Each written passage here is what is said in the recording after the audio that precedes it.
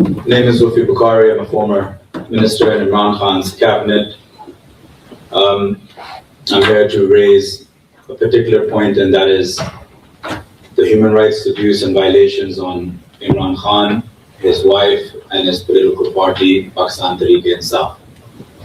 In May 2023, Imran Khan was arrested following another 13,000 people's arrest that were put in jail, lots of forced disappearances, and ultimately leading up to the election where our back, which is our political symbol from the beginning and the creation of our party, was stripped away from us, making it very difficult for people to recognize the symbol on election day. However, prior to election, there was an unbelievable amount of rigging, which has been reported by all independent observers across the world. Regardless, Pakistan Tehreek-e-Insaf ended up becoming the largest political party in parliament, and after which the crackdown only got even stronger and harder and harsher. Imran Khan today has been in prison for over 2.5 years. He hasn't had any interaction with the outside world for maybe over a good 60 days. In between, he was only allowed to see his lawyer once, one of his lawyers once, for a very short period of time. His health is deteriorating with an issue with his right eye, where he had lost 85% of his vision. This systematic crackdown that took place on us happened through various means, from curbing and clipping off the wings of the judiciary by bringing in the 26th Amendment, which brought the judiciary under the executive, so not letting it be independent and having political appointees in it. At the same time, we saw the judicial system being eradicated. For the first time, we saw over 100 or maybe 104 people convicted in military courts, civilians being convicted in military courts, out of which one was Hassan Khan Niazi, Imran Khan's nephew, who still is in prison after his conviction.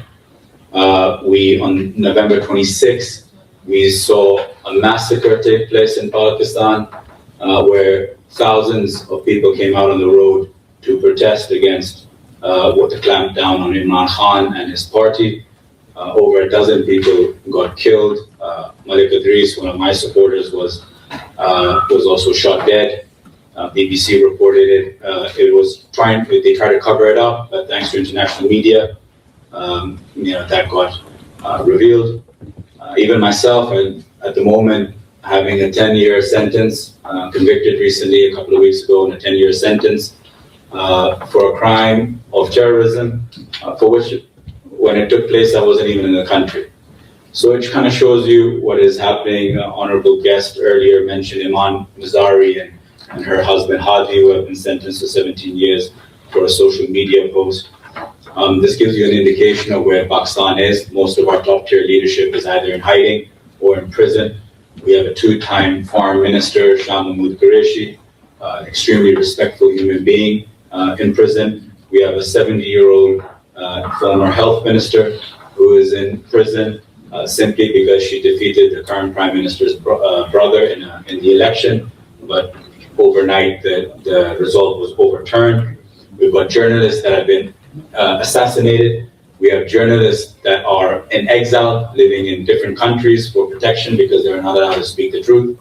We have our top-tier journalists who have voluntarily, and some have been forced, to come off air because they don't want to talk about just the weather. They want to talk about the oppression that is taking place in Pakistan. This just brings me to the reason why we're here today. I have a contrary belief and opinion to everyone else that has spoken before me, and I'm sure many that will speak after me. Pakistan must remain with the status of the GSP Plus framework. In fact, more of it is better for the country. In particular, our women who work in the export sector.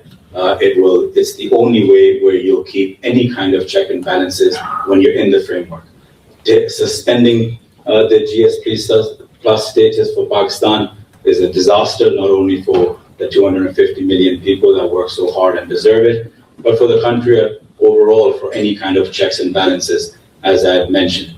The GSP plus status means a lot to my people. I know it better than most, and I fully endorse it. But what I do say is that the checks and balances must take place, and there must be a better framework to make sure that Pakistan abides by the ICCPR and the Convention Against Torture and the core ILO conventions. Mr. Bukhari, I think the time is after. Sure. And what we are calling, maybe I should clarify, there is a leverage the European Commission has over Pakistan. You know, wars don't help. This leverage is GSP plus status. We are not asking to stop it. We are asking to suspend it from Pakistan. So maybe then government will become serious. So this is my remark to your remark. Just so I can just complete. We had a working, I'll just come to your point. We had a working group opinion, a decision made by the working group, UN working group on arbitrary detention. Our request is fairly simple. The working group opinion came out maybe over 18 odd months ago, and we request that a stronger follow-up takes place, which it was a unanimous decision that Imran Khan is illegally in prison, along with a special rapporteur on torture, which announced that the conditions Imran Khan is residing in is unacceptable and illegal.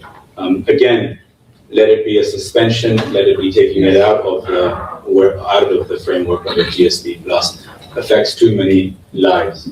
We, as Pakistan Tehreek-e-Insaf, have always put our country first and always continue to put our country first at whatever cost it may be.